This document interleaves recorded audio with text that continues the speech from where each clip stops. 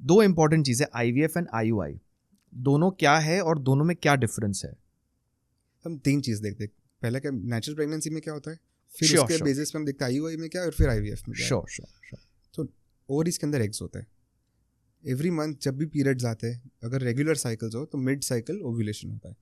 यानी ओवरीज के अंदर एक फिक्स नंबर ऑफ एग्स है। व्हेन यू आर बॉर्न एक फिक्स नंबर है, एज यू एज धीरे धीरे कम होते हैं, फिर मेनोपॉज आ जाता है।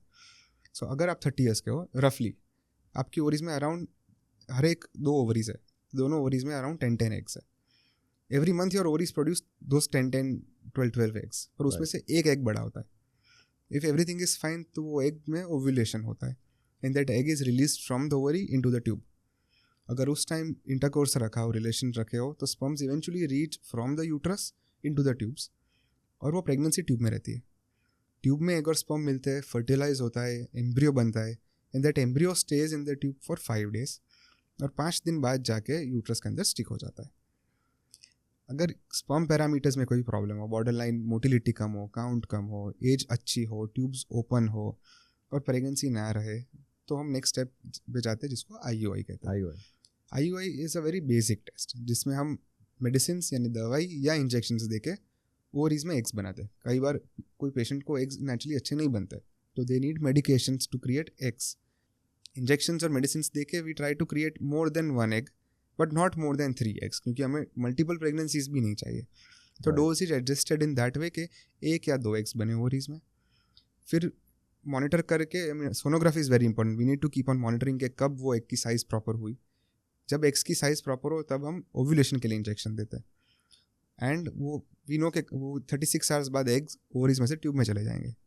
And then the next step is an IUI कि हम स्पर्म बाहर लेते, लैब में हम सीमेन सैंपल को प्रोसेस करते और एक कॉन्सेंट्रेट मोटाइल स्पर्म्स का मिक्सचर बनाते और वो हम एक पतली ट्यूब से यूट्रस के अंदर रख देते कि शायद वो पैसेज में प्रॉब्लम है कि स्पर्म मोटिलिटी का में तो वो ट्यूब तक ट्रैवल नहीं कर सकते, and this is around the time of ovulation. So IUI is practically delivering sperms into the uterus around the time of ovulation.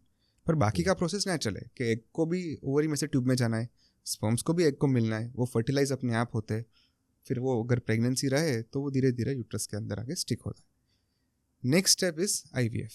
IVF it is not the next step. They are all different treatments.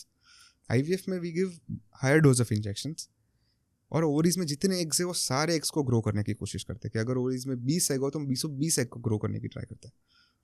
Monitoring करते रहते हैं, एक बार eggs proper size के हो जाए फिर ये एक एग पिकअप करके प्रोसीजर होता है जिसमें अंडर एनेस्थीसिया एक पतली नीडल से we remove the eggs from the ovaries और वो एग्स को हम लैब में ले जाते हैं। उसी दिन हम स्पर्म्स को भी लैब में ले जाते हैं and we select the best sperms.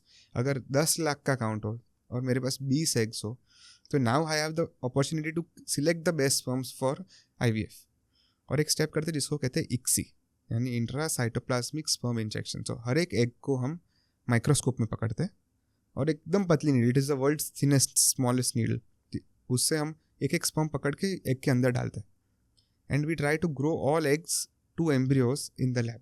वो 5 days का एम्ब्रियो जो ट्यूब में रहता था वही ब्लास्टोसिस स्टेज का एम्ब्रियो हम लैब में बनाते, लैब में होता है वो चीज़, और फिर वो एम्ब्रियो यूट्रस के अंदर रखते थे। यानी अगर ट्यूब में कोई प्रॉब्लम हो, ट्यूब्स बंद हो या कुछ हो, तो ये पूरा प्रोसेस बाहर ही हो जाता है। So IVF is in vitro fertilisation यानी लैब में फर्टिलाइज होता है। IUI में इंट्रा यूट्राइन इनसेमिनेशन है यानी यूट्रस के अंदर सिर्फ स्पर्म्स रखते हैं। So very different treatments, very different success rates, और किसको क्या ट्रीटमेंट की ज़रूरत है वो हम केस टू केस डिसाइड करते हैं।